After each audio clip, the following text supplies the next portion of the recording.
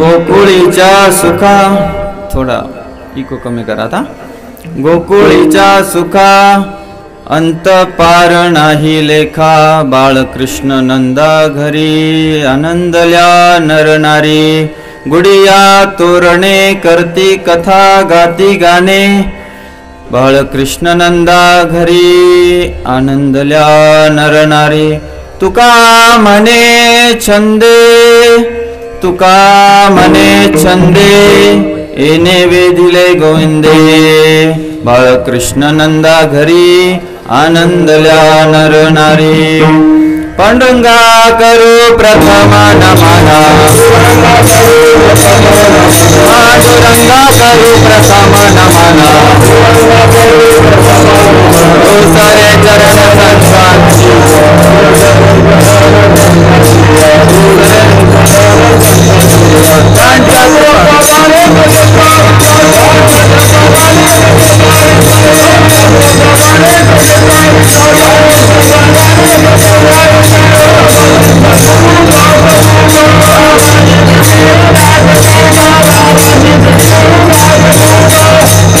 पांडुरंगा करू प्रथम नमन.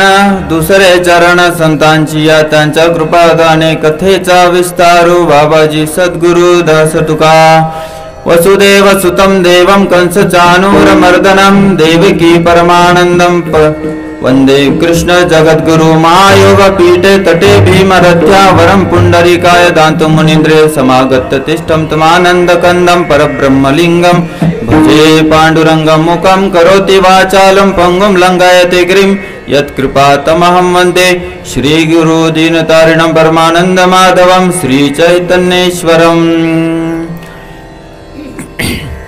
गोकुळीच्या सुखा अंत पार नाही लेखा, बाळकृष्ण नंदा घरी आनंदल्या नरनारी. आज कीर्तन रूपी सेवेसाठी घेण्यात आलेला जो अभंग आहे तो जगद्गुरु जगदवंदनीय विठोबाचे लाडके भक्त संत तुकाराम महाराजांचा आहे, जो 4 चरणाचा अभंग आहे. त्या 4 चरणाच्या अभंगामध्ये तुकोबरा आपल्याला गोकुळीच्या सुखाबद्दल सांगत आहेत. बाळकृष्ण नंदाघरी प्रकट झाल्यानंतर कशा प्रकारे त्या ठिकाणी गतिविधी सुरू झाल्या होत्या, गोप गोपी आनंदित झाल्या होत्या, कथा कीर्तन चालले होते, कशा प्रकारे बाळकृष्णाने सर्वांचं मन वेधून घेतलं होतं, अशा प्रकारे या अभंगातून थोडक्यात तुकोबरा आपल्याला सांगत आहे. विठ्ठल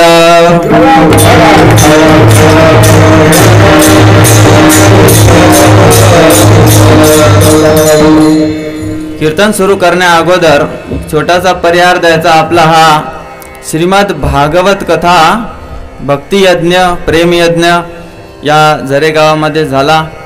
समस्त झरे ग्रामस्थ या ठिकाणी एकत्रित आले, सर्वांनी उत्साहाने भाग घेतला. 7 दिवस भागवत कथा ऐकली.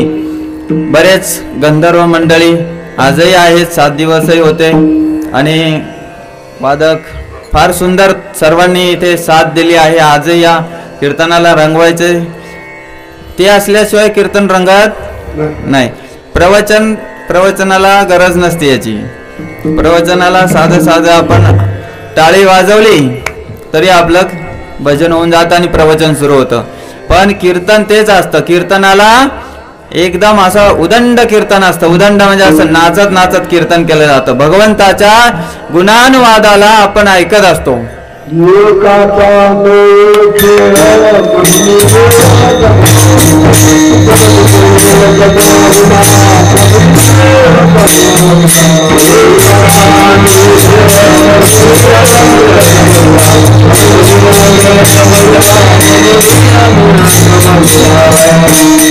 तर या ठिकाणी उपस्थित सर्व गावकरी वारकरी माळकरी आणि समस्त श्रोतागण सर्वांचं हृदयपूर्वक स्वागत आहे आणि सर्वांना धन्यवाद आहे. तुमच्या सोबत सोबत देवी देवतांना पण धन्यवाद आहे.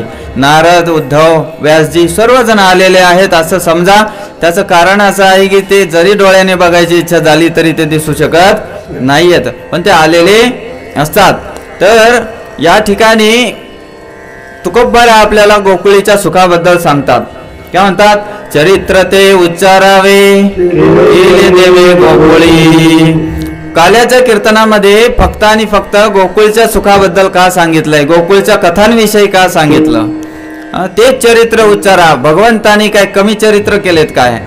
भगवंताच्या कथा लीला अपार आहेत, अफाट आहेत, ज्या अचिंत्य आहेत. त्या समजण्यासाठी आपल्याला अनेको जन्म घेतले तरी समजणार नाही, पण त्यांच्या कृपेने आपण ते समजू शकतो. पण त्यांची कृपा प्राप्त व्हायलाही भरपूर चणे रगडावं लागतात. तर या ठिकाणी विठाला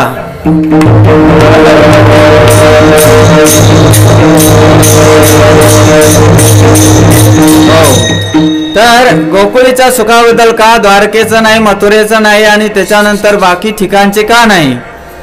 त्याचं कारण असं आहे की ज्या बाललीला भगवंतानी गोकुळात केल्या त्यानंतर ते मोठे झाले आणि मोठे झाल्यानंतर तिकडे ज्या लीला केल्या त्या ऐश्वर्य भावाच्या होत्या. असुर आला, चक्र घेतलं, मारून टाकला, गदा काढली, तलवार काढली, अशा प्रकारचे ज्या मधुरता गोकुळामध्ये होत्या त्या मधुरता त्या ठिकाणी दिसणार नाहीत. म्हणून या ठिकाणी फक्त सांगितलं चरित्र ते उच्चारावे, केले देवे गोकुळी विठाला.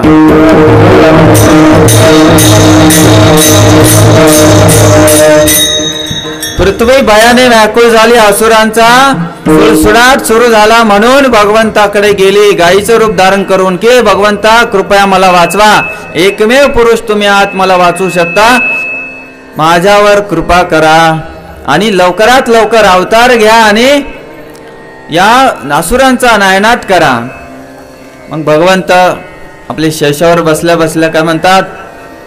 शेषाप्रती बोले लक्ष्मीचा तो वर. नामदेवराय काय म्हणतात? शेषाप्रती बोले लक्ष्मीचा तो वर. अवतार घेऊया आता, चला आपण हा अवतार घेऊ. पण शेषजी काय म्हणतात? आता मी येणार नाही, भरपूर त्रास दिलाय तुम्ही मागच्या जन्मामध्ये मला.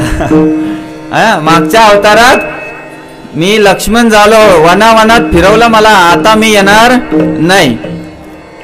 मग कसे लक्ष्मीवर हसतात आणि म्हणतात काळजी करू नको. हे लहान बाळासारखं बोलायला लागले ना, तर काळजी करू नको म्हणे, तुला मी यावेळेला मोठा भाव बनवणार आहे. विठाला विठाला.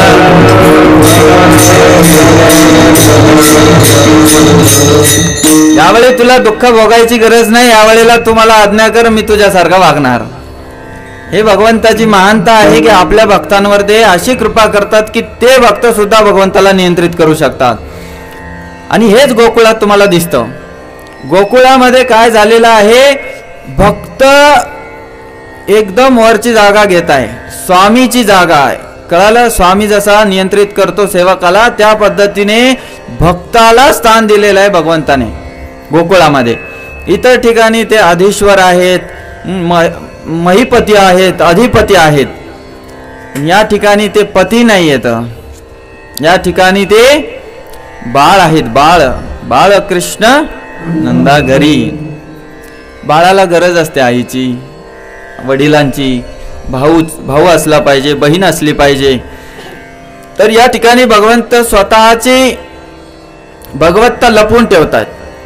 पुरुषोत्तम आहेत ते, स्वतःची भगवत्ता लपवून ठेवतात आणि दाखवून देतात की मला सुद्धा नियंत्रित तुम्ही करू शकता.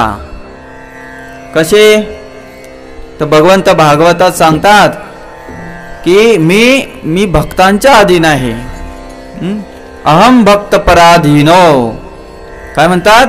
की मी भक्तांच्या अधीन आहे. दुर्वासा मुनींनी ज्या वेळेला अंबरीश महाराजांप्रती अपराध केला, दुर्वासा मुनी कित्येक लोकांमध्ये गेले, इंद्र, चंद्र, अग्नी, शिव, ब्रह्मा सर्वांकडे गेले, म्हटले मला वाचवा. ते म्हटले आमच्यात ताकद नाही. ज्याने सुदर्शन सोडलं त्याच्याकडे जा. तिथं गेल्यानंतर म्हणतात माझ्यात पण ताकद नाही, मी सुदर्शन सोडून माझ्यात ताकद नाहीये सांभाळायचं. आता ज्याच्या प्रति अपराध केला तिथे जा आणि त्याची माफी माग. एवढे भक्त, एवढे भगवंत भक्ताप्रती अधीन असतात. आणि ते फक्त आणि फक्त कधी होतं? भक्तीने. कधी होतं? भक्तीने. भक्ती एकमेव अशी एक विशेष पद्धती आहे बाकी पद्धतींपेक्षा, ज्याद्वारे तुम्ही संपूर्ण जगाच्या नाथाला नियंत्रित करू शकता. या ठिकाणी भगवंत ब्रह्माजीला सांगितलं, गायीच्या रूपात आलेल्या पृथ्वीला मी लवकरच अवतरित होणार आहे, बाकी देवी देवतांनी अवतार घेऊन टाका, ज्या ज्या ठिकाणी तुम्हाला घ्यायचं त्या ठिकाणी तुम्ही अवतार घ्या, माझ्या लीलांमध्ये तुम्हाला सहाय्य करायचं आहे.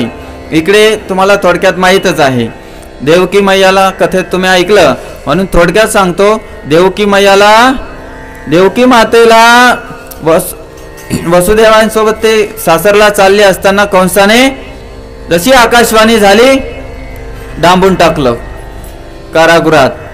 त्याच्या पुढे एक एक एक करत 6 पुत्र झाले. 6 पुत्र झाल्यानंतर 7वे बलरामजी झाले, ज्यांचं संकर्षण नाव पडलं, कारण रोहिणीच्या गर्भात त्यांना योगमायेने पाठवून दिलं. मग भगवंताचा आविर्भाव झाला आणि देवकी मैयाचं एवढं सुंदरता एवढी वाढली, एवढी सुंदरता, असं नामदेवराव वर्णन करतात. म्हणतात की देवकीची सुंदरता वाढत चालली आणि तिकडे चिंता वाढे कंसाची चिंता वाढत चालली म्हणे. हे असं कसं काय घडायला लागलं? 6 लेकरं झाली पण आजवर हिचं एवढं सौंदर्य खुललं नाही. हा अंधकार असलेला कारागृह देखील कधीच खुलला नाही, असं सुंदर वातावरण झालं नाही. पण आज अचानक काय झालं? नक्कीच माझा काळ आलेला आहे. चिंता वाढत गेली कंसाची, म्हणून त्याने पहारा वाढवला. पण भगवंताला पहाऱ्याने तुम्ही नियंत्रित करू शकत नाही. ते कसे आहेत? भगवान आहेत, पुरुषोत्तम आहेत. आणि हे तर पूर्ण पुरुषोत्तम होते. राम अवतारात तर मर्यादा पुरुषोत्तम होते, मर्यादा, भरपूर मर्यादा. राम अवतारात त्यांनी फक्त एकच वेळ मला वाटतं स्वतःची पुरुषोत्तम असल्याचं दाखवून दिलं किंवा भगवत्ता दाखवली. कधी? ज्या वेळेला समुद्राला रस्ता मागत होते, समुद्राने ऐकलं नाही. 3 दिवस त्यांनी उपवास केला, ऐकलं नाही, म्हणे आता तुला दाखवूनच देतो. त्यावेळेलाच फक्त भगवंतानी स्वतःचं सामर्थ्य, मी एक भगवंत आहे असं दाखवून दिलं. या ठिकाणी प्रकट व्हायच्या आधीच दाखवून दिलं. गर्भात आले नाही तर सर्वत्र उल्हास जागृत झाला. सर्व एकदम पशु पक्षी, रातभर पाऊस पडू लागला. पाऊस पडण्यामागचं कारण पण हे असतं, शुभ तिथी पवित्र कार्य चाललं असेल त्या ठिकाणी पाऊस पडतोच. गोकुळाष्टमीला पाऊस येणारच येणार, हे असं बऱ्याच जणांचं म्हणणं असतं आणि ते खरं खरं आहे. आपलं अनुभवलं पण आपण. असं नाही की पावसाळा आहे म्हणून. इतर ठिकाणी पण बघा तुम्ही, त्या ठिकाणी भागवत कथा झाली ना, मला एक उदाहरण आठवलं पण म्हटलं जाऊ द्या, आपण उदाहरण नको घ्यायला, जाऊ द्या, सांगतोच. आमचे प्रभुपाद स्वामीजी ज्या वेळेला एका ठिकाणी गेले, मला वाटतं ते उत्तर भारत कुठेतरी होता, त्या दक्षिण भारत, हैदराबाद इकडे, त्या ठिकाणी म्हणे अनेक वर्ष पाऊस झाला नाही. ते म्हटले भागवत कथा ठेवा, भागवत कथा ठेवा, भागवताचं पारायण करा. आणि त्यांनी केलं आणि धो पाऊस झाला. अशी प्रचिती आत्ताची बरं, काही फार नाही, 50 वर्ष नाही झाली त्याला. म्हणजे भागवताचं महात्म्य, भगवंताची जी प्रचिती आहे ती लगेच अनुभवायला येते. विठ्ठला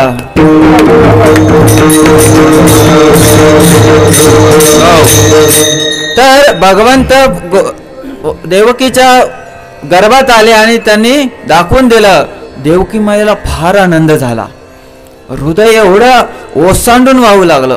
आनंद कसा वाहत होता? ओसांडून, भरपूर. पण तिला मनात एक खंत पण होती. काय करणार? 6-7 तर गेलेच असे, हे पण जाईल, हे दुःख होतं. आणि मग शेवटी काय केलं? जे व्हायचं ते. भगवंत वसुदेवाच्या हृदयात आले, वसुदेवाच्या हृदयातून देवकीच्या हृदयात गेले आणि प्रकट झाले. चतुर्भुज भगवंत प्रकट झाले. सुंदर असं त्यांचं मुखकमळ होतं, त्यांचे करकमळ, त्यांचे चरण कमळ. कमळाची उपमा भगवंताला यामुळे दिली जाते कारण कमळ हे ब्रह्मदेवाचे सृष्टी नाही. कमळ ब्रह्मदेवाने नाही बनवलेलं, कमळ भगवंतानी बनवलं, म्हणून तर ब्रह्मदेवावर आसीन झाले. विठ्ठला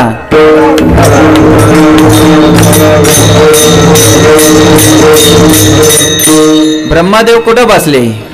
ब्रह्मदेवाचा जन्मच नव्हता झाला त्यावेळेला कमळ निर्माण झालं. म्हणून कमळाचीच उपमा भगवंताच्या प्रति अंगाला दिली जाते. आणि राजा पण आहे ना फुलांचा कमळ. तर भगवंताचे सुंदर असे अंग प्रत्यंग दिसायला लागले. आणि कसे होते भगवंत म्हणे, भगवंत गळ्यात वैजयंती माळा तुळशी माळा सगळं घालून आले. मणी वगैरे मण्यांचा माळा भरपूर सोनं नाणं आणि मुकुट पण होता. आपलं ज्यावेळेस बाळ जन्माला येतं त्याचं काहीच नसतं, केस सुद्धा दिसत नाही, टकलंच असतं एकदम बारीक बारीक. त्यांचे कुरुळे कुंतल केस होते, काळे शार, एकदम सुंदर केस सुद्धा होते जन्मताच. कारण ते आपल्यासारखे सामान्यपणे आईच्या गर्भातून 9 महिने 9 दिवस त्रास भोगून येत नाहीत, तो आपल्यालाच भोगावा लागतो. मग भगवंत प्रकट झाले आणि म्हणले काळजी करू नका, आता तुमच्या दुःखाचा नाश व्हायला आलेला आहे, मी आलो आहे आता. आणि भगवंताने त्यांना आश्वासन दिलं, पण म्हणे मला इथं ठेवू नका, उचला आणि गोकुळेला घेऊन जा. गोकुळाच्या घराला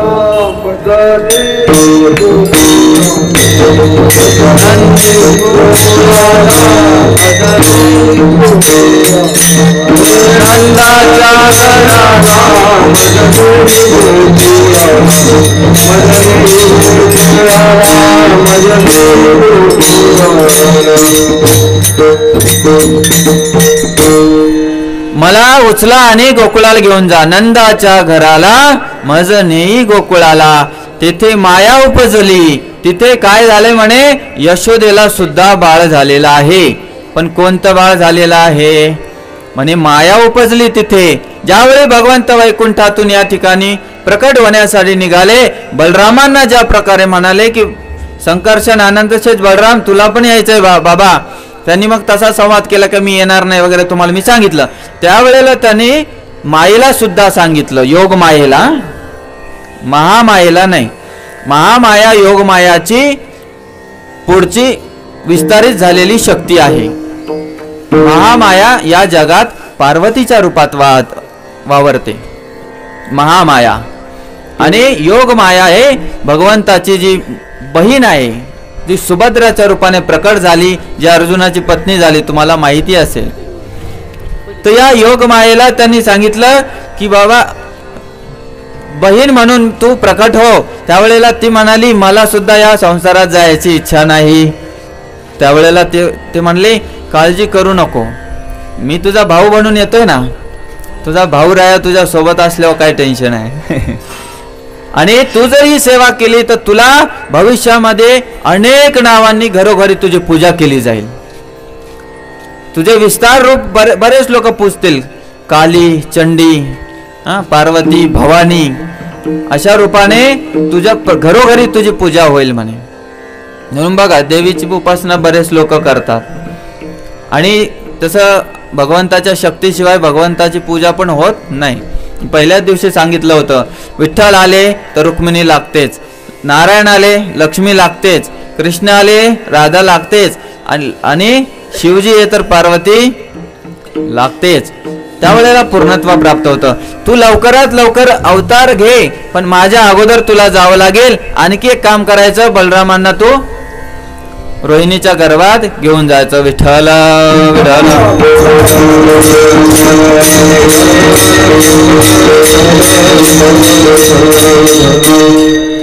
बलरामांना तू रोहिणीच्या गर्भात घेऊन जा आणि त्या ठिकाणीच यशोदेच्या पोटी तू जन्माला ये. माया उपजली तेथे, त्या ठिकाणी माया उपजली आहे. वसुदेवांना भगवंत सांगतायत तुम्ही काय करा, मला टोपलीत घेऊन जा आणि तुम्हाला सांगतो म्हणे, तुम्ही काळजी करू नका, तुम्हाला वाटेल काय काय होईल, चिंता करू नका म्हणे. बघा सगळे द्वार उघडलेत, सगळे सैनिक झोपलेत, आणि तुम्हाला सांगतो रात्रीच्या वेळी कुत्र झोपतंय का तुमच्या इकडचं कुत्र? हा, कुत्र असं आहे ते झोप कधी घेते आणि उठते कधी कळतच नाही. पण त्या रात्री कुत्रे सुद्धा झोपी गेले होते. एवढी भगवंताने आपली योगमाया पसरवली. पहारेकरी तर मृत्यूच्या भीतीने जागृत होतेच, पण बसल्या बसल्याच घोरू लागले, बसल्या बसल्याच. आणि त्याच्यानंतर पूर्ण द्वार उघडले, धो पाऊस चालू होता. का? देवी देवता भगवंताचा आदर सत्कार करत होते. लवकरात लवकर भगवंत इथे आलेत, किती चांगलं झालं. त्यांच्या आनंद अश्रू वाहत होते त्यांचे. त्यांना राहवलं नाही, म्हटले लवकरात लवकर आमचा हे तारणहार आहे आमचे, है ना. भगवंत एवढे सुंदर होते, एवढे सुंदर होते. आणि वसुदेवानी त्यांना टोपलीत ठेवलं. आणि त्याच्या अगोदर देवकी म्हणलं 4 हाताचं म्हणल्यावर लवकर ओळखू येईल. समाजात आमच्या इकडे 4 हाताचं म्हणजे काय वाटतं नाही माहिती. देवी देवता म्हणतील किंवा म्हणतील काहीतरी गडबड आहे बाळाची, शस्त्रक्रिया करून काढावं लागतात 2 हात. तर ते म्हणे हे लवकर ओळखून येईल, मला घेऊन टोपलीत जा म्हणे. भगवंत म्हणाले आणि त्या ठिकाणी माया आहे तिच्या ठिकाणी ठेवा. तुम्हाला सांगतो यशोदेच्या पोटी माया तर आली, पण तुम्हाला सांगतो आचार्य 2 प्रकारचं वर्णन करतात. म्हणतात, कारण भागवतात काय म्हणले, बोलता बोलता सुखदेव गोस्वामी नंद आत्मज, ते म्हटले की हे कृष्ण कसे आहेत म्हणे, नंद आत्मज आहेत. ते म्हटले आत्मज म्हणजे माझंच पोरग. कळलं? तुमचं जर बाळ झालं तर तुम्ही त्याला आत्मज म्हणू शकता, पण दुसऱ्याचं बाळ असलं त्याला आत्मज नाही म्हणू शकत तुम्ही. तर इथे तर स्पष्ट म्हणतायत नंद आत्मज, म्हणजे याचा अर्थ वसुदेवाचा कृष्ण तर होताच, पण तिकडे पण नंदाच्या इथं पण एक कृष्ण प्रकट झाले होते, विठ्ठला.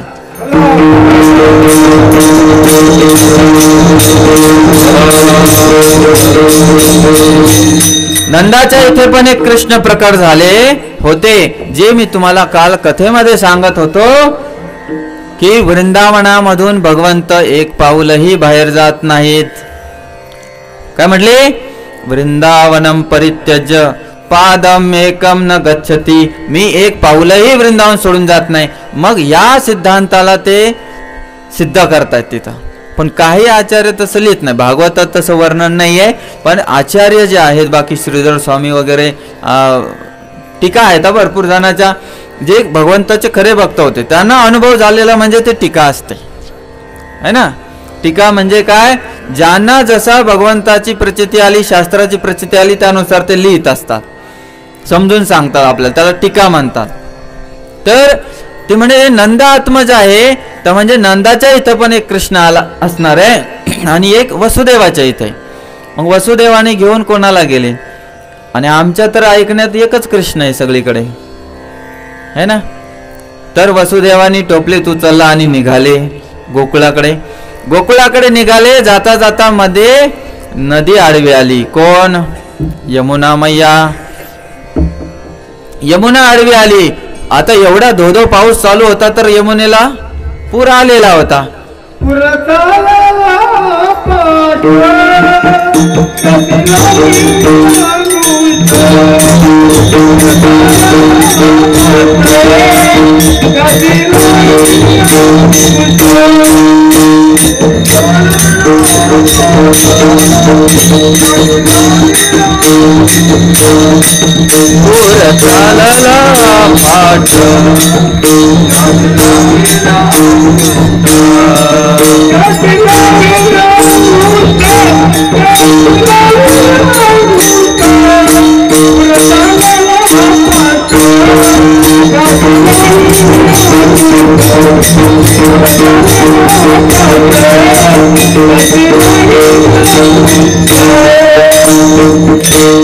पुरा चालला पाड त्याशी लावले अंगुष्ठ. आता ते आपण लावणारच आहे. विठाला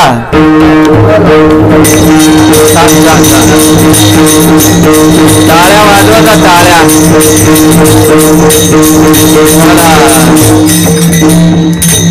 ते एवढं ध्यान करून तुमच्यासाठी प्रमाण देतात, कीर्तन रंगवत आणतात, त्यांच्यासाठी कधी टाळ्या वाजवा तरी वाजवा, नाही तर तुम्ही या इथं. वसुदेवानी टोपलीत उचलला आणि पुढे निघाले. यमुना आडवी आली. ती म्हटली आज तुम्हाला जाऊच देत नाही.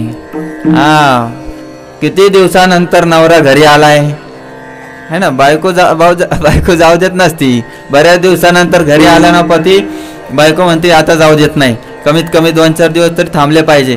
पण तुम्ही म्हणसाल बायको कशी काय. तुम्हाला मी 16,108चं वर्णन केलं ना भगवंताच्या पत्न्याचं, त्याच्यातली एक नव्हती का कालिंदी, आठवतं का. यमुना. हा, कालिंदी म्हणजे यमुना, कळलं. यमाची बहीण, सूर्याची पुत्री, ती यमुना, ती भगवंताची पत्नी विठ्ठला.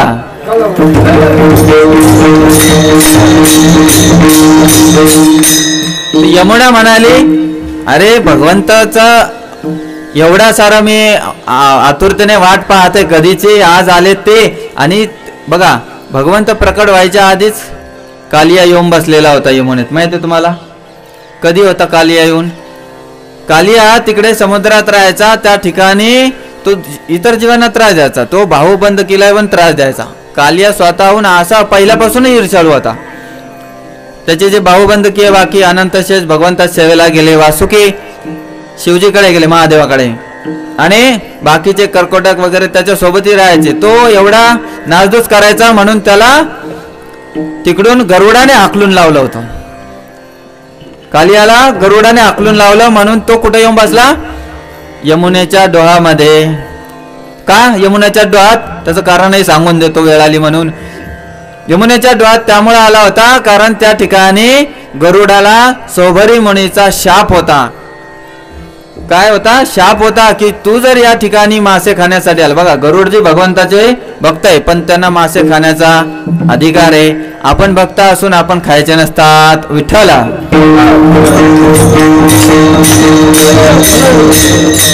आपण चुकूनही भक्षण करायचं नसतं. ते गरुड आहेत, त्यांच्या स्वभावाने ते जनित झालेलं कर्म करतात. कारण आता गाईला तुम्ही म्हणसाल गवत खाऊ नको बरं का, उद्यापासून तुला रोज गुलाबजामुन देतो मी, तिचा स्वभावच तो आहे. सिंहाला म्हणा बरं तुम्ही, हो तू ना प्राणी नको खा जाऊ, तुला फार घाबरतात लोक, गवत खायचं ना, भरपूर गवत आहे आमच्या ते, शाळू भरपूर लावली, देतो तुला, खाईल का तो. त्याचा स्वभाव तो आहे म्हणून त्याला कोणीही बदलू शकत नाही. गरुडजी जरी भगवंताचे भक्त असले तरी देखील त्यांना तो अधिकार आहे सापांना उचलून नेऊन खाण्याचा. तरी सुद्धा बघा ते जगन्नाथाला पाठीवर घेऊन फिरतात. गरुडजीच्या पंखामधून सामवेदाचे मंत्र येतात माहिती तुम्हाला. ज्यावेळेस गरुडचे असे उडतात ना आणि वरती भगवंत बसलेले असतात आणि असे पंख हलतात ना, तर सामवेदाचे मंत्र येतात. सामवेद माहितीये, 4 वेद, चहुवेदी जाण साही शास्त्री कारण 18 पुराण हरीशी गाती. त्याच्यामध्ये सामवेद विशेष करून 80% वेदाचा भाग कर्मकांड आहे, 10% ज्ञानकांड, 10% उपासनाकांड. त्याच्यातही सामवेद भगवंताच्या स्तुतीपर असल्यामुळं ते सामवेदाचे मंत्र त्यांच्या पंखातून निघतात. या ठिकाणी गरुडजीला शाप होता हे कालियाला माहित होतं म्हणून तो तिथे येऊन लपला होता. आणि या कालियाच्या विषाने भरपूर यमुना नदी विषारी झाली होती. एवढं विष होतं असं वर्णन करतात.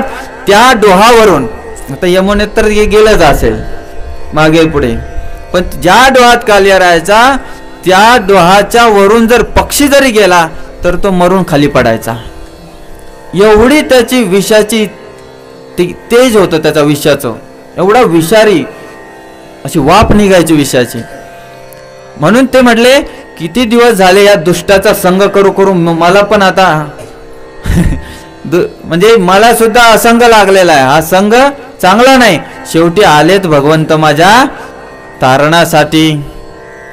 म्हणले आता दिसायचे कसे, टोपलीत येत हा, टोपलीच्या हात आता दिसणार नाही म्हणून तिनं सुरू केलं वर वर वर वर वर वर यायला. आता वसुदेवाला चिंता झाली. आता ते होते टोपलीमध्ये वरती आणि त्याच्या आतमध्ये ते होते आणि रस्ता कसा, त्यावेळेस काय पूल वगैरे असं काही नव्हतं. म्हणून त्यांनी डोक्यावर घेतलं आणि ते म्हटले जे होईल ते होईल. मागं जाऊन त्या कंसाच्या हाती बाळाला दिल्यापेक्षा याच्यात नदीत स्वाहा झालेला परवडला विठ्ठला.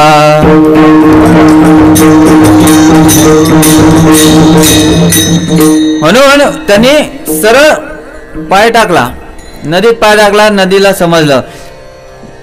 यमुना म्हणाली, आपल्याला भगवत प्राप्ती एवढ्या सहज नाही होणार आहे, आधी भक्ताची शरण घेतली पाहिजे. भक्त कोण आहेत त्या ठिकाणी? भक्त भगवंत आणून देणारे भक्त असतात. आणि भगवंताला कोण घेऊन आलेला आहे? तर मग यांची शरण घेतली पाहिजे. पण यांना सांगितलं पाहिजे की हे संत मंडळी, तुम्ही सनकाधिक संत मनविता कृपावंत, तुम्ही काय करा म्हणे, कानात जाऊन सांगितलं पाहिजे. मग ती वर वर वर वर वर वर यायला लागली आणि कानाजवळ आली, कानाच्या वरने आली. मग कोणी म्हणे, ते बुडून गेले असतील ना, नाही तर पोहले असतील. नाही, कानाजवळ येऊन सांगायला लागली. पण भगवंत म्हटले, थोडं आधी थोडीशी भेटण्याच्या घाईमध्ये थोडी वर आली तर माझा कार्यक्रम. भगवंतानी लगेच काय केलं, अरे म्हणे थांब थांब थांब, तुझ्या तारणासाठी मी आलो आहे आणि शस्त्र घेऊन आलो. लगेच पाय बाहेर काढला. कशामुळे तुझा उद्धार होणार आहे? तुझं पाणी निर्मळ कशाने होणार आहे? माझ्या चरणामुळं, माझ्या चरणामुळं. त्यांनी असा पाय काढला आणि टुपकून पाय पाण्यात बुडवला. यमुना संतुष्ट झाली. त्या ठिकाणी आणखी एक भाव असा सांगितला जातो की यमुना कशी स्त्री आहे ना, आणि स्त्रियांना भेटली की त्यांचं सुरू होते, बाई कशी साडी आणली तू, कोणत्या दुकानाहून आणली, किती रुपयाची आणली, भावानी घेतली का नवऱ्याने घेतली? वाटलं होतं नवरा घेणार नाही, भावच घेऊ शकतो. स्त्रीसाठी चांगला जो चांगला व्यक्ती असतो तो भाऊ आणि बापच असतो, आणि सगळ्यात वाईट नवरा असतो. तर म्हटले, हिला हिच्या मैत्रिणीला भेटून दिला म्हणजे ही गुंतून जाते गप्पा मारण्यात. मग आता मैत्रीण कुठे म्हणे, म्हणजे मैत्रीण कुठे आहे आपण विचार केला पाहिजे. तर भगवंताच्या चरणातून गंगा येते. लगेच भगवंतानी चरणातून गंगा यमुना भेटल्या आणि त्यांच्या गप्पा सुरू झाल्या. तुझं सौभाग्य भरपूर आहे यमुना, भगवंत आले तुला भेटायला, माझ्याकडे कधी येतील माहिती नाही, गंगा अशी म्हणते. त्यांच्याकडे पण जातात. कलियुगामध्ये श्रीकृष्ण चैतन्य महाप्रभू एक गंगेच्या काठीच प्रकट होता. विठाला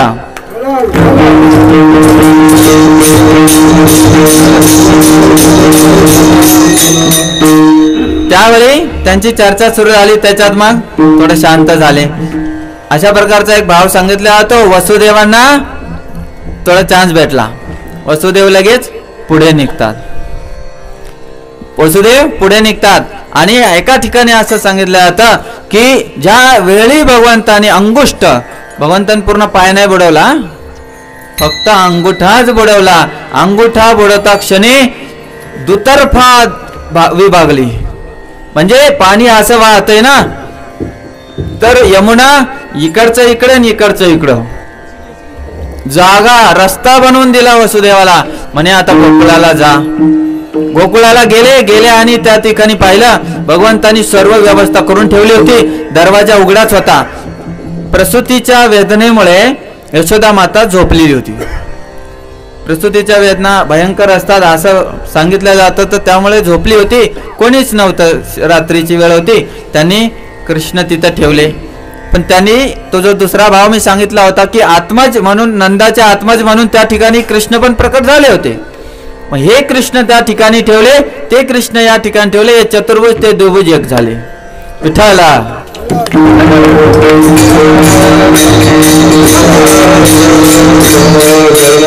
ते एक झाले. कळाला आता?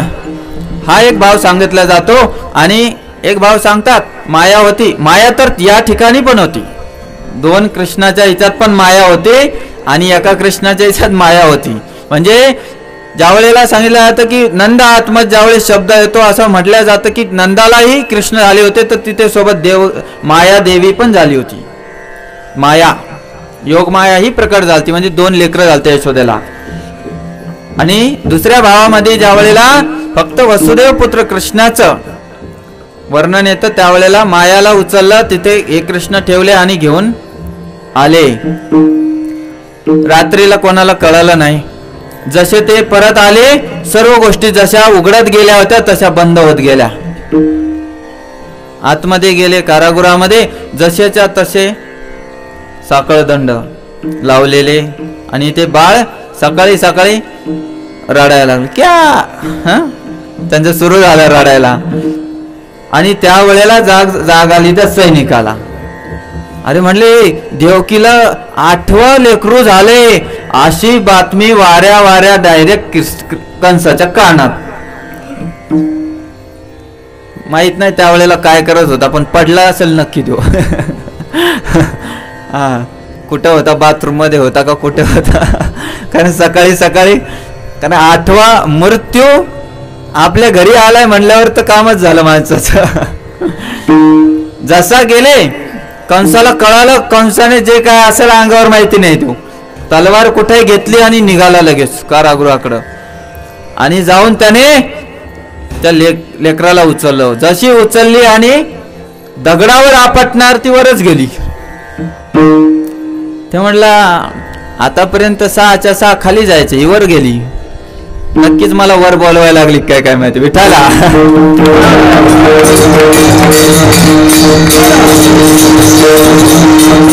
त्या ठिकाणी मायादेवीने आपलं विस्तार रूप अष्टभुजा धारण केले.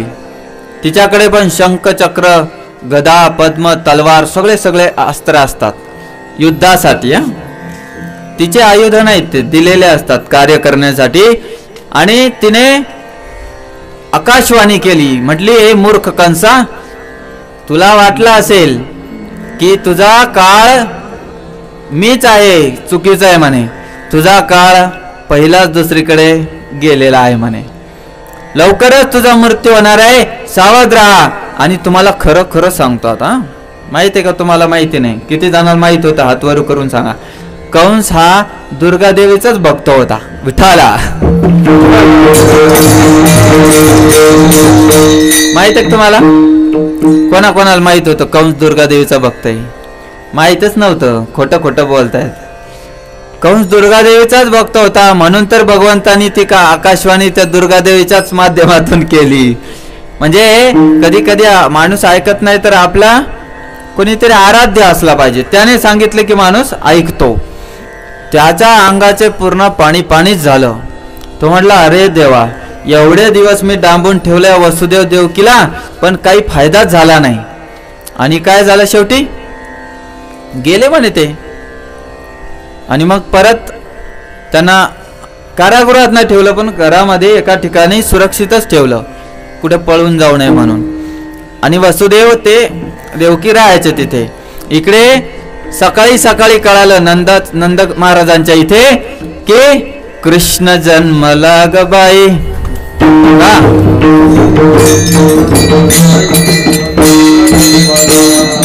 कृष्ण जन्मला ग बाई, कृष्ण जन्मला.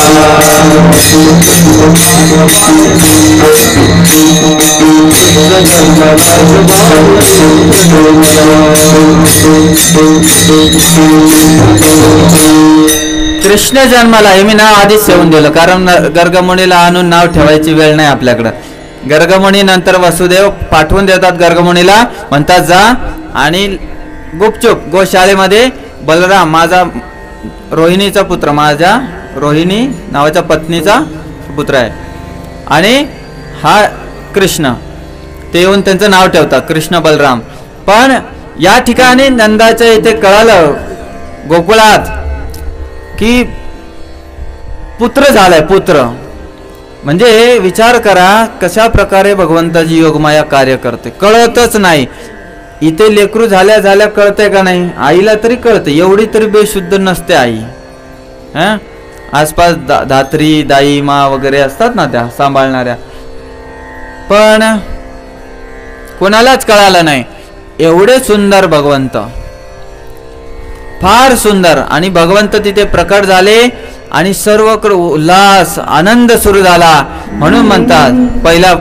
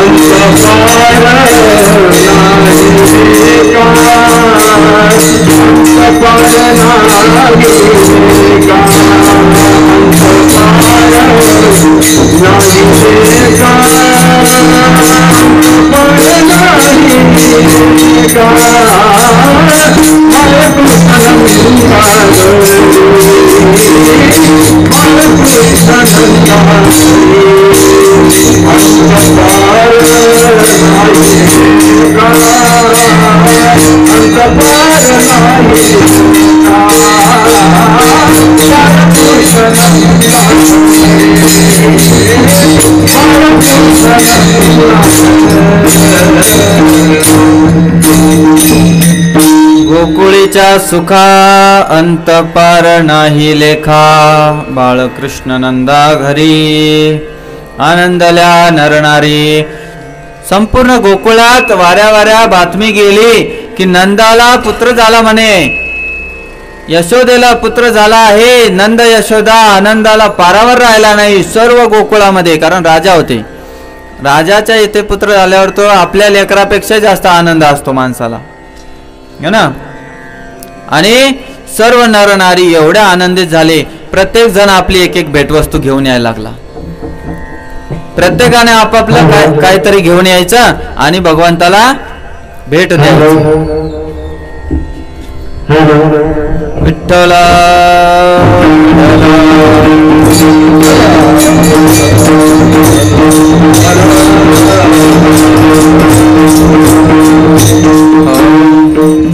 सर्वजण आपल्या भेटवस्तू घेऊन यायला लागले आणि भगवंताच्या तिथे त्यांना द्यायला लागले. पण भगवंताला काही भेटवस्तू पूर्वीच्याच होत्या. अंगावर कपडे होते, पितांबर धारण केलेलं होतं, कौस्तुभमणी धारण केलेला होता, कानात मकर कुंडल होते आणि वैजयंती माळ धारण केलेली सुंदर असे कुरळ कुंतल केस त्यांचे होते. तुम्ही म्हणसाल मोरपंख होता का? तो पण होता. भगवंताला सर्व म्हणजे ते काय गर्भातून आलेच नव्हते, ते प्रकट झाले होते. भगवंताला म्हणतात अवतारी. काय म्हणतात? अवतारी. भगवंत अवतारीचा अर्थ होतो कोणीतरी वर होता तो खाली उतरला. घराच्या वरती असतो ना एखादा, त्याला म्हणतो खाली या, त्याला म्हणतात अवतार. आपण जन्म घेतो, पण भगवद्गीतेत काल मी जो श्लोक सांगत होतो, जन्म कर्म चमे दिव्यम एवं यो वेत्ति तत्वता, त्याचा जन्मच का म्हटले? कारण अवतार शब्द काही ठिकाणी एकदम आध्यात्मिकतेने घेतला जातो, पण जन्म म्हटलं तर जीवाला कळत आहे. आपला अवतार होतो का हो? आपला अवतार बदलतो आंघोळ नाही केली की. पण भगवंताचा जन्म होत नसतो, त्यांचा दिव्य जन्म असतो. कसा असतो? दिव्य जन्म असतो. तर या ठिकाणी सर्वजण भेटवस्तू घेऊन येत आहेत. प्रत्येक जण आनंदी आनंद इथे म्हणवत आहे. आणि मग काय झालं? आता वडिलाला तोंड दाखवत असतात ना, बाळाचं तोंड आई तर बघते, पण वडिलाला पण दाखवतात का? काय प्रथा काय तुमच्याकडे? दाखवतात ना. तर मग ते काय झालं? ते म्हणले नंद महाराजांना सजवा थोडस. एवढ्या वर्षानंतर हे झालंय ना, पुत्रप्राप्ती झाली आहे, तर नंद महाराजांना सजवायला लागले. तर गोपगण एकत्र आले, म्हटले थोडं सजवा. आणि असं सजवलं म्हणे आरशात बघा. बाळाचा बाप आहे ना, तर त्याने आरशात बघितलं, म्हणे अरे पहिलाच छान दिसायचो, आता काय करून ठेवलं? नवीन मेकअप करून ठेवला. असा मेकअप केला आणि चालता चालता एक जण डोक्यावर दह्याचं मडकं घेऊन आला आणि त्याने काय केलं? ते मडकं बरोबर यांच्या डोक्यावरच टाकलं. अभिषेकच. भगवंताच्या आधी बापाचा अभिषेक. म्हणे अहो ते दही लागत असतं म्हणे. राग तर आला म्हणे, केलं सगळं खेळखंडोबा करून ठेवला, एवढं सुंदर केलं होतं काहीतरी. आता चांगले कपडे घातले, परत आंघोळीला पाठवणार मला, तेवढंच मला माझ्या बाळाचं मुख बघायला वेळ जातोय. अधीरता झाली होती ना भगवंताचं मुख बघायला. मग त्यांनी ते दह्याचं मडकं टाकल्यामुळं काय झालं? पूर्ण अंगावर दही दही झालं. पण ते म्हणले क्षमा क्षमा क्षमा, माफ करा, असं करावं लागतं म्हणे. शुभ लक्षण असतं. घराच्या बाहेर जाताना दही खातात माहिती ना. स्त्रीने दही आणि साखर खाऊ घातली ना, त्या घरातून जाणारा पुरुष जे पण कार्य करायला जातो तो 100% विजय होऊनच येतो. विठाला.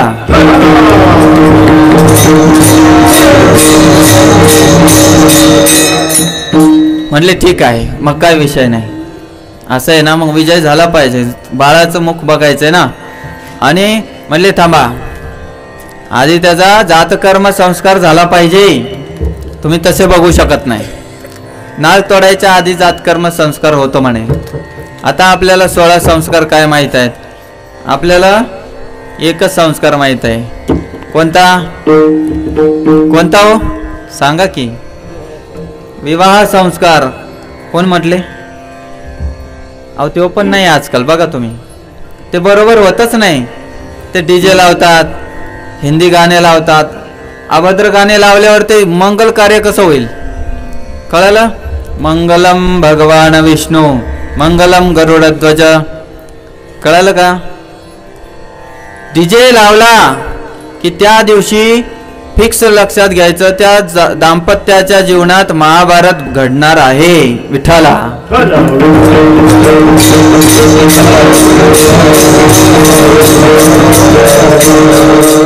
महाभारत घडणारच की हो. कारण तुम्ही जर भगवंताचं नाव घेता, मला सांगा असं एखादं लग्न दाखवून द्या. कधी कधी लोक म्हणतात हे ब्राह्मण लोक लय पैसे घेतात हो, हे ब्राह्मण द्वेषी लोक आहे. असुर स्वभावाचे, जे माणसाच्या रूपात आले, मतलब लय पैसे घेतात. अहो तुम्ही त्याला 4-5 हजार 10 हजार काय देत असाल माहिती नाही, त्याच्यानुसार तो घेत असेल. पण त्याच्याशिवाय लग्न लागतं का? डीजे वाल्याला 15 लाख, मंडपावाल्याला 20 लाख, आणि पैसे म्हणतोय कमीत कमी 10 आयटम तरी असले पाहिजे. आपल्या बाजूच्याची जिरली पाहिजे. तिकडे 50 लाख 7 लाख घालतो आणि इथे 5 आणि 6 हजार असे रडतो. आणि त्याने मंडळावर एखादा चुकीचा मंत्र, नाही तुमचा गेम झाला, जीवनभराचं नाव बदलून ठेवा. विठ्ठला.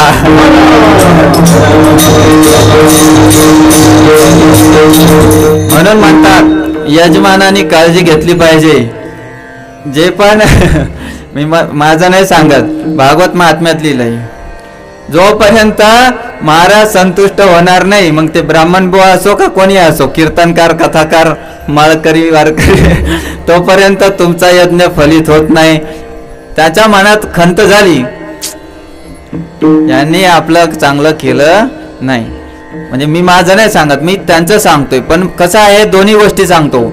मला जे येतं मी स्पष्ट बोलतो. वरून येतंय अँटीना आहे माझ्यावरी, मी मनातलं काहीच नाही बोलत कधी. कारण भागवतात असं लिहिलं, तसं लिहिलं नसताना तर मी बोललो नसतो. आता आले माझ्यासोबत तर दाखवून देतो, भागवत सोबतच असतं माझ्या. म्हणे लग्न करण्यासारखं भागवत कथा करा, कीर्तन करा म्हणे. म्हणजे तेवढा लवाजमा सुंदरता असं सुंदर करा म्हणे भगवंताच्या स्वागतासाठी, जेणेकरून भगवंताचं सुंदर दर्शन होईल. या ठिकाणी वसुदेव दयाने भरलेले असतात आणि ते निघतात कुठे? बाळाचं दर्शन करण्यासाठी. पण ते म्हणतात थांबा, जातकर्म संस्कार बाकी आहे. आणि मी तुम्हाला विचारला कोणता संस्कार या जगात शिल्लक आहे आता, तो म्हणजे अंतिम संस्कार आहे. तो पण शॉर्टकट सुरू झालेला आहे. विठ्ठल विठ्ठल.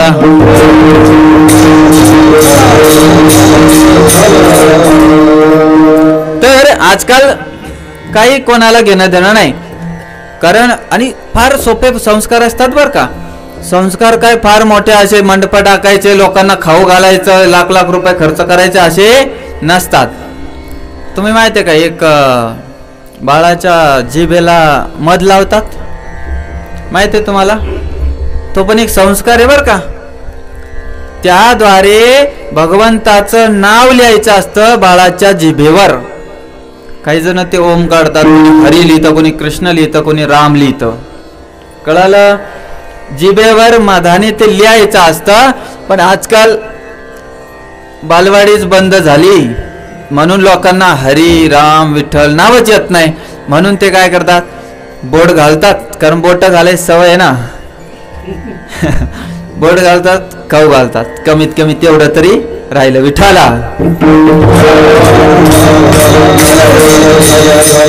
हे समजलं पाहिजे. संस्काराशिवाय काय मी त्या दिवशी सांगत होतो, ब्राह्मण जन्माने असणं उत्तमाच आहे, पण वागला तर अधिक उत्तम आहे, नाही वागला तर खेळखंडोबा आहे. कळालं? पण तुम्हाला कमीत कमी भक्त बनण्याआधी एक पायरी असते, ती म्हणजे सात्विकतेची. काल मी जेवढे सांगत होतो त्या अवधूत ब्राह्मणाचं, कशासाठी? तशा प्रकारचे काही गुण आपल्यामध्ये यावेत. फक्त म्हणायला वारकरी मी झालो आणि मग घरीच बसतो संसारात, आणि ज्या वेळेला वाटतं वारीला मस्त गेलं तर 2-3 पोते भरून येतात, मग तो निघतो वारीला. अशा प्रकारची आसक्ती येते. कळलं? घरात आसक्ती, वारीत आसक्ती, देवाच्या तिथं. काही जण मला म्हणतात आम्ही पंढरीला आलो ना, लय मस्त बैलाचा पोळा असतो म्हणते, ते बैलाचा बाजार, बैलाची मस्त मस्त तिथे वस्तू भेटतात. उद्देश काय आहे पंढरीला येण्याचा? एकच आहे, काहीतरी शॉपिंग करायला लोक जातात मॉलमध्ये, हे जाते पंढरीला. काय फरक आहे त्याच्यात? पंढरपूरला आपण भेटायला कोणाला गेलं पाहिजे? आपल्या तारानार पांडुरंगाला, भगवंताला आहे ना. नाम है तेरा पालनहारा, अब तेरा दर्शन होगा, इसके प्रतिमा इतनी सुंदर, वो कितना सुंदर होगा, वो कितना सुंदर होगा. नाम पालनहारा, तेरा दर्शन होगा, जिसकी प्रतिमा इतनी सुंदर, वो कितना सुंदर होगा, वो कितना सुंदर होगा. नाम है तेरा पालनहारा. कळालं? त्याचं तर आपले पालन करता असते. भक्त आहेत, भगवंत आहेत, वडील आई वडील बनून सगळ्यांचं पालनहार आहेत, ते आपले पालन करतायत. म्हणतात जिसकी प्रतिमा इतनी सुंदर. जर या मूर्ती रूपात एवढे सुंदर भगवंत असतील तर मग ते खरोखर पाहिल्यावर काय होत असेल? भगवंत किती सुंदर आहेत. राजस सुकुमार मदनाचा पुतळा, राजस सुकुमार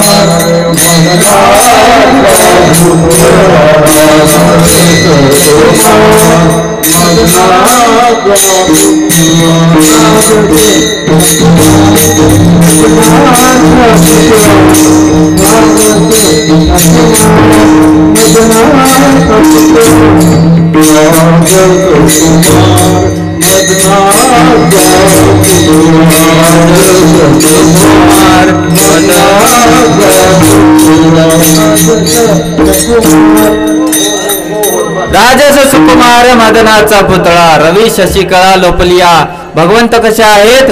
फार सुकुमार आणि राजबिंडे आहेत. राजबिंडे आपल्यासारखे नाहीत. राजस सुकुमार मदनाचा पुतळा, रवी शशिकळा लोपलिया. भगवंत ज्यावेळेस प्रकट होतात, सूर्याला आणि चंद्राला पण वाटतं आज आपलं मार्केट नाहीये. इकडे कोण आलेले आहेत? कृष्णचंद्र आलेले आहेत. कोण आलेत? रामचंद्र आलेत, कृष्णचंद्र. मग आपल्या चंद्राचं काय काम आहे? मग आपली किंमत वाढवायची तर मग आपण बसू तिकडे महादेवाच्या डोक्यावरच जाऊन, तरच आपल्याकडे किंमत येणार आहे. म्हणून ते तिथे जाऊन बसतात. म्हणून चंद्रशेखर नाव आहे महादेवाचं. तर सूर्याला सुद्धा लपावंसं वाटतं, कारण भगवंत अतिशय सुंदर आहेत. असं म्हणतात द्वारकेमध्ये एकदा, आता विषय आला म्हणून सांगतो, द्वारकेमध्ये एकदा कामदेव आले आणि भगवंत सकाळी सकाळी उठून ना आपली साधना करायचं. गृहस्थ आश्रमामध्ये माहिती ना साधना करतात सकाळी उठून, म्हणून ते साधना करायचे. कामदेवला वाटलं मी आता यांना मोहित करतो. बिचाऱ्याने बाण चालू चालू थकून गेला. भगवंताने डोळे उघडले, असे कमळासारखे सुंदर डोळे पाहून ते तिथंच बेसूत पडला. म्हणून भगवंताचं नाव झालं मदन मोहन. गोपाळ कृष्ण भगवान की जय. पुंडलिक वरद हरी विठ्ठल श्री ज्ञानदेव तुकाराम पंढरीनाथ भगवान की. भगवंत अतिशय मनमोहक आहेत. मदनाला मोहित करणारा मदन मोहन आहे भगवंत. कळलं? पण एवढे सुंदर भगवंत पाहायचेत, मग त्यासाठी त्यांनी जातकर्म संस्कार उरकून घेतला आणि मग भगवंताचं मुख कमळ वसुदेवांनी पाहिलं. फार सुंदर भगवंत, एवढे सुंदर, सगळ्यांना आनंदी आनंद झाला. सगळे वेगवेगळ्या प्रकारे ते घर सजवायला लागले. त्यावेळेस असं नव्हतं रंगीबेरंगी लाईट गिट लावायला, त्यावेळेस कुठं लाईट होते, दिवे लावायचे आणि काय करायचे, गुढ्या उभारायचे. काय करायचे, गुढ्या उभारायचे. म्हणजे जसं खांब आणतात, कशाचे, केळीचे खांब आणतात, नंतर आंब्याचे पानाचे मस्त तोरण बनवतात है ना, आणि सर्वजण, आणि सुगंधी द्रव्य असतात. आता हे अत्तर गित्तर हे पहिलेच आहेत बरं का, असं नाही की आत्ताच ते स्प्रे मध्ये आले म्हणून ते आत्ता निर्माण झाले, ते पहिलेच आहे. या जगामध्ये प्रत्येक गोष्ट भगवंतानेच निर्माण केलेली आहे. ती फक्त आता पॅकेज करून आपल्याकडे येते ना, आपले पैसे त्यांच्याकडे जातात विठाला.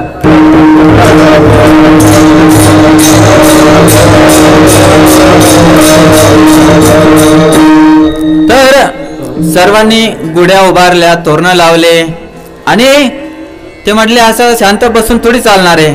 मग त्यांनी पखवाज, टाळ, मृदंग सगळे एकत्र आणले आणि सोबत कथा करायला लागले. म्हणून तिसऱ्या चरणात तुकोबारा म्हणतात,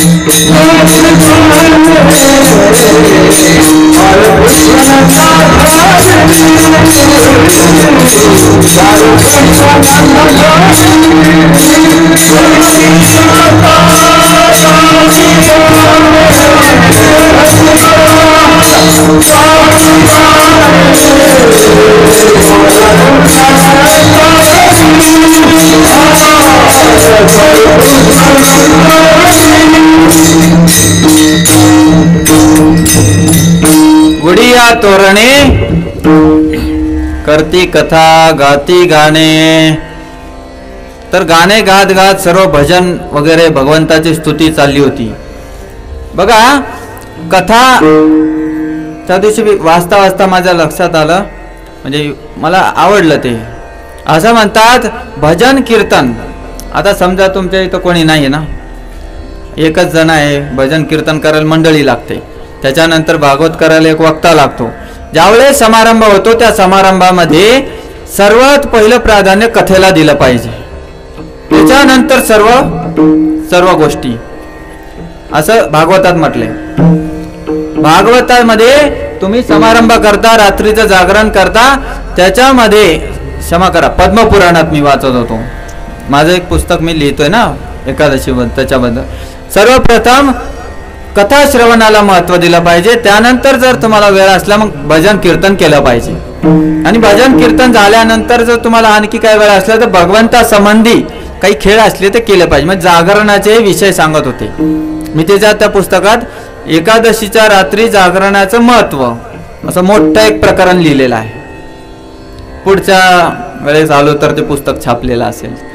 तर हे कथेचं महत्व आहे. म्हणून या ठिकाणी नरनारी काय करत आहेत, भगवंताचे यशोगान करतात. कथा म्हणजे काय, भगवंताच्या नाम रूप गुण लीला आणि धामाचं वर्णन करणे.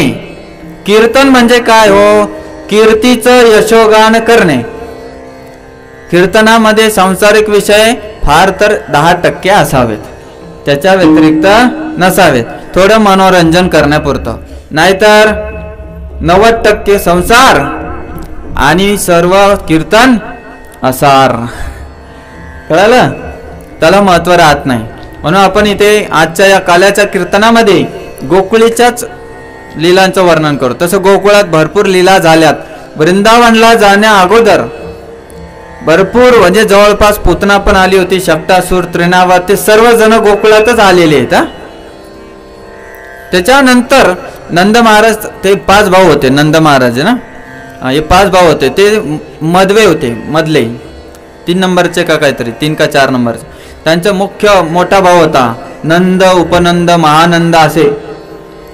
तर ते मोठे म्हटले आपल्या बाळकृष्णावर जर आक्रमण होत असतील तर आपण इथून गोकुळ महावनात राहायचे. तुम्हाला जर तुम्ही मथुराला गेला असाल, किती जण गेलेत हातवर करा, नाही गेले का? गेलेत. गोकुळ इकडे आहे आणि या बाजूला म्हणजे गोकुळ इकडे, मथुरा आणि त्याच्या पुढे वृंदावन येतं, कळलं ना, असं लाईन मध्ये येतं.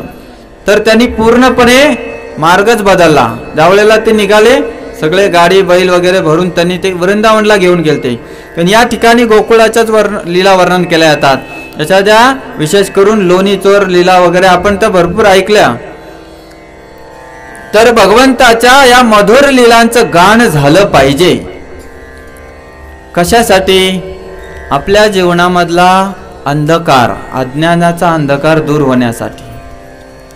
कारण आपण कसे आहे बघा, कलियुगातले जीव आहेत, यांना तत्वज्ञान पटत नाही, पचत पण नाही. पटत काय, पचत पण नाही.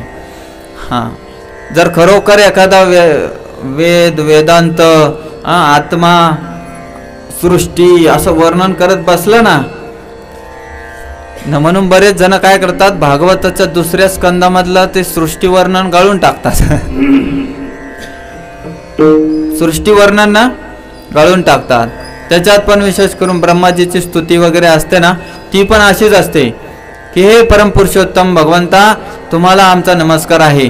तुम्ही या संपूर्ण सृष्टी पालनार आहात. तुम्ही याला उत्पन्न केलं, त्याला केलं आणि अशा प्रकारे आमची काळजी घेता. तो म्हणजे हे दुय्यम नाम 2 प्रकारचे असतात भगवंताच्या. भगवंताचे नाव 2 प्रकारचे असतात. एक असतं प्रथम नाव, प्राथमिक नाव, कोणतं माहिती? भगवंताच्या नाम रूप गुण लीला धामानुसार निर्माण झालेलं नाव. आणि दुसरं असतं ते त्यांच्या अशा लीला असतात ज्याद्वारे त्याच्यातून त्यांच्या विशेष गुणांचं वर्णन होतं, म्हणजे ते गौण नाम मानलं जातं. म्हणून तुम्हाला सांगतो, विष्णू सहस्त्रनाम म्हणजे काय? आम्हाला काही विचारू नका महाराज, तुम्ही जा फक्त. 7 दिवस कंटाळा आलाय तुमचा. आलाय ना विठाला?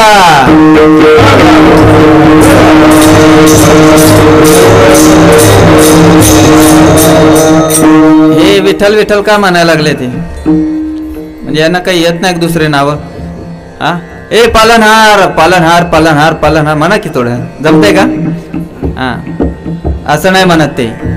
ए परमात्मा परमात्मा परमात्मा, ते गौण नाव आहे भगवंताचं. ते गौण नाव आहे. भगवंताचं जे प्रथम नाव असतं किंवा मूळ नाव असतं, मुख्य नाव असतं, ते भगवंताचं विशेष नाव त्यांच्या भक्तावरून पडते. देवकी नंदन म्हणा, यशोदा, वसुदेव, नंद, इथेच किती नंदन झाले. असे किती नंदन होऊ शकतात. राधा कांत, रुक्मिणी कांत, रुक्मिणी वल्लभ, राधा राहीचा वल्लभ, ऐकलं ना? राधा राही म्हणजे राधा राणी. हे भगवंताच्या आवडीचे नाव आहेत, कळलं का? विठ्ठल, हरी, राम, गोविंद, कृष्ण, मुकुंद, माधव, पांडुरंग, हे नाव भगवंताचे आवडीचे म्हणजे मुख्य नाव आहेत. पण त्यांना विश्वजनिता, जगद उद्धारक, विश्वपालक, विश्वभावन, विभू, अरे काय म्हणतोय? थोडंफार मला जवळ बोलव, फार दूर नेऊन घातलं विश्वामध्ये. थोडं जवळ. माझे मेरो राधा रमण गिरधारी का? मेरो राधा रमण का? म्हणजे आपल्या इकडे म्हणतात ना, विठ्ठल माझा माझा माझा माझा माझा, का म्हणतात माझा? त्यालाच हिंदी लोक मेरो म्हणतात. म्हणजे ब्रज भाषेमध्ये जोपर्यंत देवाला तुम्ही म्हणणार नाही तू माझा आहे, ते म्हणतात ठीक आहे. देव माझा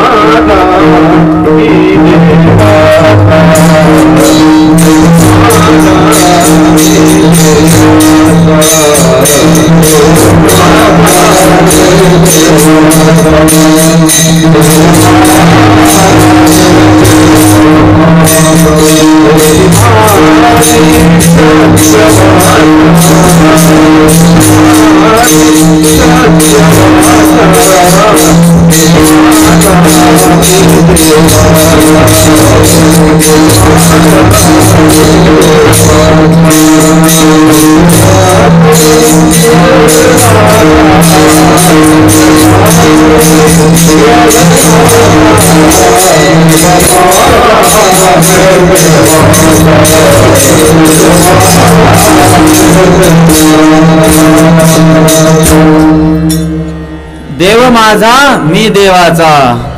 जोपर्यंत तुम्ही देवाला आपलं आपलं म्हणणार नाही तोपर्यंत तो पण तुम्हाला आपलंसं करणार नाही. म्हणून आपण भगवंताचं मधुर असं गान करूया. विठोबा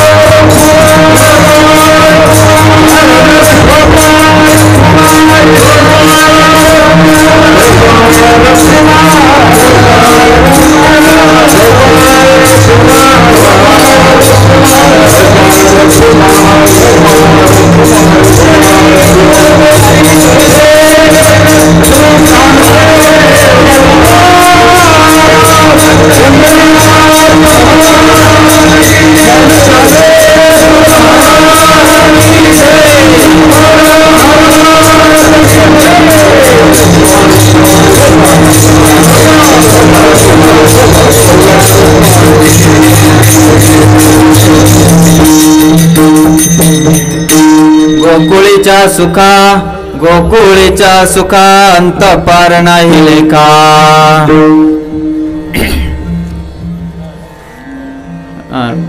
बाजूला गोकुळीच्या सुखा अंत पार नाही लेखा. बाळकृष्ण नंदा घरी आनंदल्या नर नारी. गुडिया तोरणे करती कथा गाती गाणे. बाळकृष्ण नंदा घरी आनंदल्या नर नारी. तुका म्हणे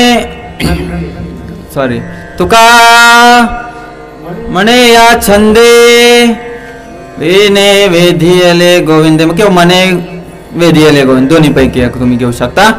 तर तुकाराम महाराज इथे शेवटच्या चरणामध्ये म्हणतात की या गोविंदाने माझं मन वेधलं आहे.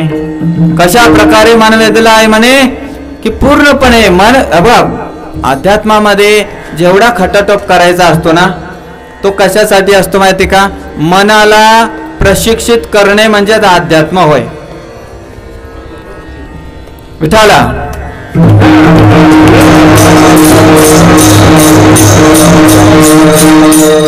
मनाला प्रशिक्षण देणंच अध्यात्म असतं. कळालं?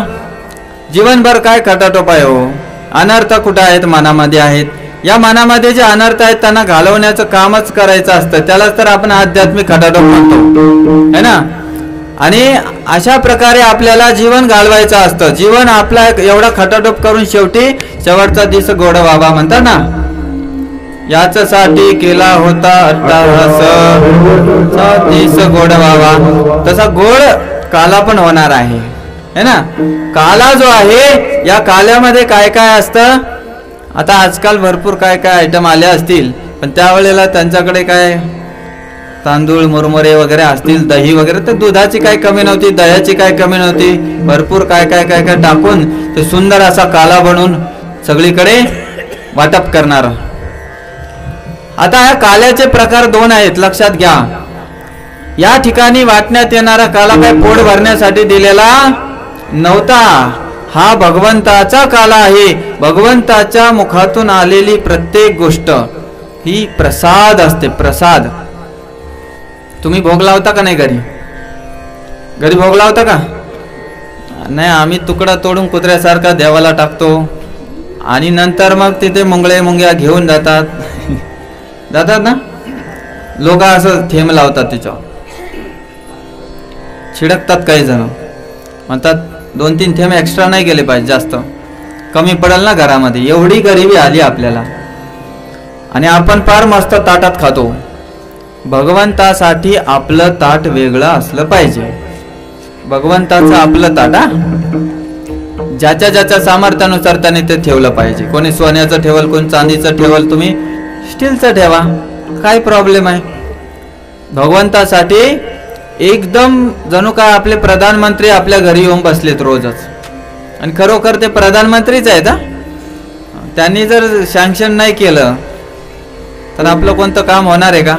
म्हणून भगवंताला भोग लावणं पण आलं पाहिजे. त्या भगवंताच्या मुखातून आलेला जो काला आहे तो काला भक्तांमध्ये वितरित होणार होता. सामान्य जनाला देण्यात आलेलं जे आता आजकाल कसं आहे, बाहेर ते त्यांनी पण आजकाल तिखट काला बनवलाय भेळच्या रूपात. भेळ असते ना, भेळ, तेच करतात ते मिक्स. पण इथे वारकरी मंडळी भगवंताच्या मध्ये काला करतात आणि काला खायसाठी साक्षात भगवंत प्रकट होतात बर का.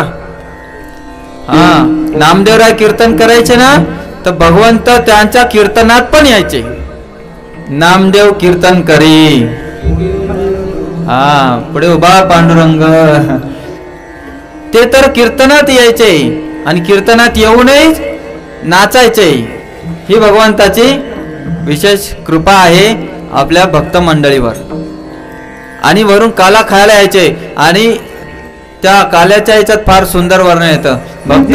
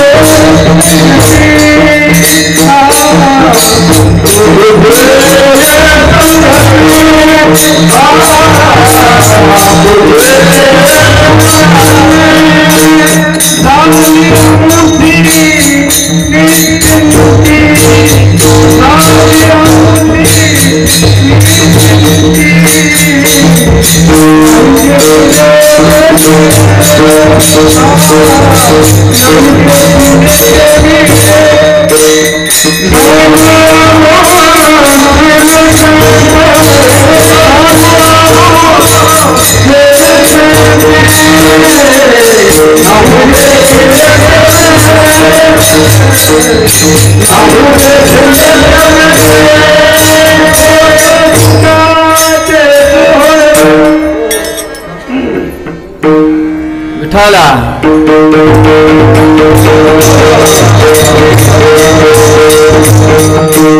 भगवंताच्या संघामध्ये एकदा व्यक्ती पडला त्याचं काहीही वाईट होत नाही.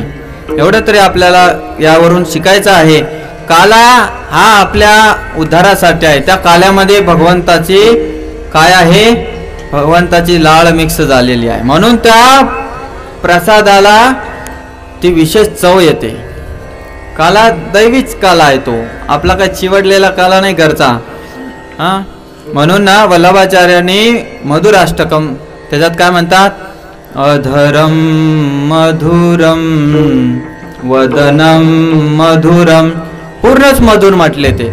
चरितम मधुरम वमितम मधुरम, काय म्हणले, भगवंताने खाता खाता तोंडाच्या बाहेर अर्ध टाकलं ते सुद्धा मधुर आहे म्हणे.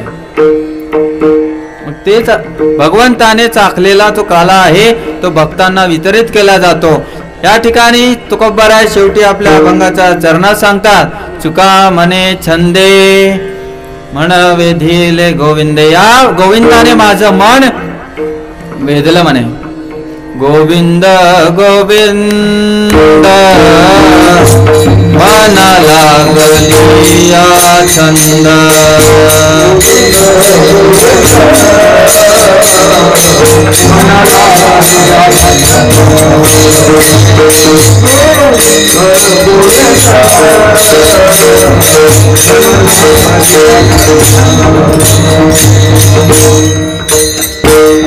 माझ्या मनाला गोविंदाचा छंद लागलेला आहे. आज छंदावरून तुम्हाला थोडक्यात सांगेल. छंद जसा बाळाला असतो ते तहान भूक आणखी काय काय असतं त्याचं सगळं विसरतं. तुमच्या गावामध्ये 7 दिवस भागवत सप्ताह झालेला आहे आणि यानुसार आज तसे तुमचे बरेच कार्यक्रम होतच राहतात. आपल्या या सनातन संस्कृतीमध्ये हिंदू संस्कृतीमध्ये महिन्यात एकेका महिन्यात एकेका आठवड्यात किती सारे सण असतात. आता लवकरच गणपती बाप्पा येणार आहेत, देवी पण येणार आहे आणि काही ना काही राहणारच आहे. तर आपण मी कीर्तनाच्या माध्यमातून कधी कधी सांगतो की सर्वांना विनंती आहे, आता उत्सव कशाला बनवलेत माहिती का? आपलं उत्साहवर्धन होण्यासाठी उत्सव बनवले, तुम्हाला एकत्रित आणून प्रेम संबंध तुमचे दृढ करण्यासाठी. असं नाही की मग माझं त्याचं शेतावरून भांडण झाले मी त्याच्या इथं जाणार नाही. मी तुम्हाला सार सांगतो एवढ्या दिवसाच्या याचा, जर एवढं समजले तरी उत्तम. विठ्ठला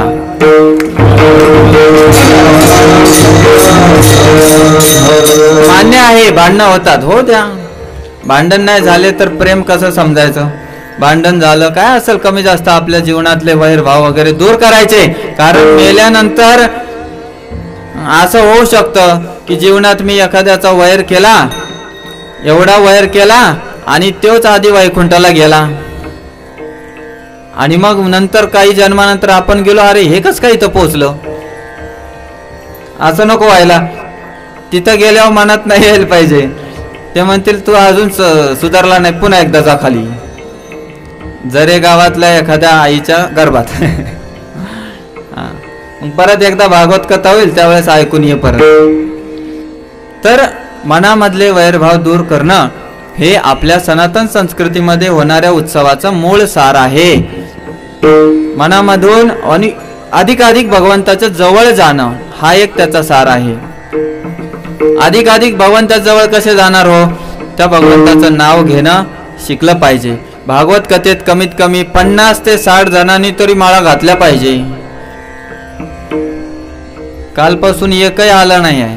म्हणजे मी माळा घालतो असं नाही, मी दुकान नाही मांडलंय, पण ठरवलं पाहिजे मी माळा घालतो. माळ घालायला गुरुची गरज नाहीये. मी काय बोललो? माळ घालायला गुरुची गरज नाहीये, पण कमीत कमी भक्तांच्या हातून घातली म्हणजे कसं असतं, चांगलं असतं. इथं काय कोणी गुरु बनायला नाही आलेलं, पण तुम्हाला घर वापसी करायला आलेलो आम्ही. घर वापसी कळाली का? हा, ज्याच्या गळ्यात तुळशी माळा नाही तो हिंदू किंवा भागवत धर्मीय नाही. मी नाव नाही घेत, ते मिशा कापलेला धर्माचा आहे तो. कळालं मी काय बोललो? मिशा काढायचा आणि दाढी ठेवायची, तो धर्माचा तो आहे. बोलू का? मुसलमान आहे ते, ज्याच्या गळ्यात माळ नाही, जे एकादशी करत नाही. हे तर हिंदू धर्मीय करतं म्हणून बोलतोय आम्ही. तर ते लोक बघा त्यांच्या धर्माचं एवढं पालन करतात, काय सांगायचं. मी त्या दिवशी पोस्टात गेलतो, हे पुस्तकं मी ऑनलाईन पाठवतो ना ऑर्डर आलेल्या, तर पोस्टात गेलो, तो माणूस त्याच्या जेवणाची वेळ झाली, 2च मिनिटं राहिले आता कीर्तन म्हणून सांगतोय. जेवणाची वेळ झाली, तिथे एक मुसलमान जोडपं आलं होतं. तर मी बाजूलाच उभा होतो, माझ्या एक 25-30 पुस्तकात त्याच्यावर मी स्टिकर चिटकवत होतो. ते पोस्टातले स्टिकर चिटकावं लागतात ना, बारकोड. मी ऐकत होतो, माझे कानं सतर्क असतात. तर ती बाई काय म्हणते, आप ना जाकर नमाज पढ़ के आ जाओ, तब तक इसका खाना हो जाएगा. आणि आपलं काय म्हणतंय, हाय का रे चुना? चुना नाही का? म्हणतात का नाही? म्हणतं का? काय ऐकलं महाराजांनी काय सांगितलं 7 दिवस? अरे महाराज लोकांना काय काम नसतं. त्यांना काय काम असतंय? मोठ्या गाड्यात फिरायचं आणि येऊन काहीतरी सांगायचा. कष्ट करणं आम्हाला समजतंय, समजलं का? त्यांना शेतात आणून बघा बरं, बोलतात का नाही? बरं खोटं बोलतोय का मी? खोटं बोलतोय का? आम्ही ऐकतो, पण त्यांना माहिती नाही. मी पण बकऱ्या चारल्यात, मी पण वन भटकलोय, मी पण माती उचलली आहे आईच्या मागं. माझी आई इथंच आहे. हां, मी पण 8-8 दिवस आई घरी नसायची, स्वतः बनवून खाल्लेलं आहे. मी पण शेतकऱ्याचाच आहे. फक्त कसं आहे, तुम्ही आमचं काम नाही करत म्हणून आम्ही आमचं काम करायला तुम्ही इथे या, मी तिथं जातो. मग शेतकऱ्यासारखा राजा नाही, शेतकऱ्यासारखा राजा नाही. लाख रुपये पगार आहे, पण ते गावात सप्त्याला येऊ नाही शकलं एखादं. बघा गावातला असेलच एखादा, सांगू नका नाही तर म्हणतील हा महाराजला सोडायचं नाही. खरोखर आहे का नाही? 10 वेळा म्हणावं लागतं सुट्टी द्यावं. ते म्हणतात नाही नाही, तू वर्षातून महिनाभर सुट्टी घेशील तर तुझे पैसे कट होतील. ते म्हणतात राहू दे, मग सप्ताह गेलाच गेला.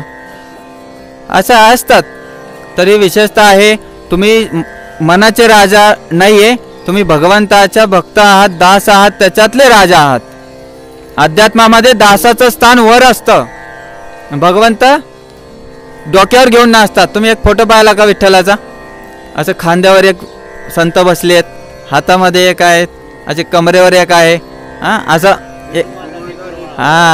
विठ्ठू माझा लेकरवाळा म्हणलं. आता कसं गातील ना, म्हणून राहू द्या म्हणलं.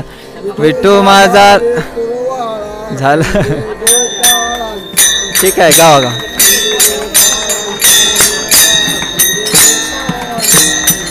विठ्ठू माझा लेकरवाळा, गोपाळांचा मेळा, संगे गोपाळांचा मेळा. म्हणजे भगवंत बघा का कोण आहे ते, त्यांना लाज जरी लागली तर पाप सांगितलंय. काय सांगितले? आणि ते अंगावर घेऊन बसतायत. तर असे आहात तुम्ही सर्व आपल्या संतांचे लढीवाळे, भगवंताचे लढीवाळे. तर चुकू नये, तुम्हाला हात जोडून विनंती आहे. काल्याच्या कीर्तनाचा शेवटचा प्रसाद तुम्हीच मला द्यायचा, की चुकू नये, व्यसन करू नका. तुम्ही म्हणसाल काय राहिलं महाराज, मसनात लाकडं गेली आमची, खाऊ द्या ना. असं पण घरी इज्जत नाही. लवकर मेलो तर लक्षात घ्या, वरून आल्याशिवाय तुम्ही मरणार. मग कशाला लवकर लवकर मारायची प्लॅनिंग करता? पार चिलम फुकता, एवढी चिलम फुकतात. मग आमच्या गावातले एक वारकरी आहेत, म्हणते मग लवकर मारायचं. कॅन्सर झालं, त्यांना कळालं. कॅन्सर झाला असं कळालं तर एवढे पहिल्या सुरक्यामध्येच कमीत कमी 1 तास ख्वाक ख्वाक ख्वाक करत बसतात, एकाच सुरक्यात. कशासाठी? तुम्ही मरणारच नाही हो, जोपर्यंत ते म्हणणार नाही विठाला.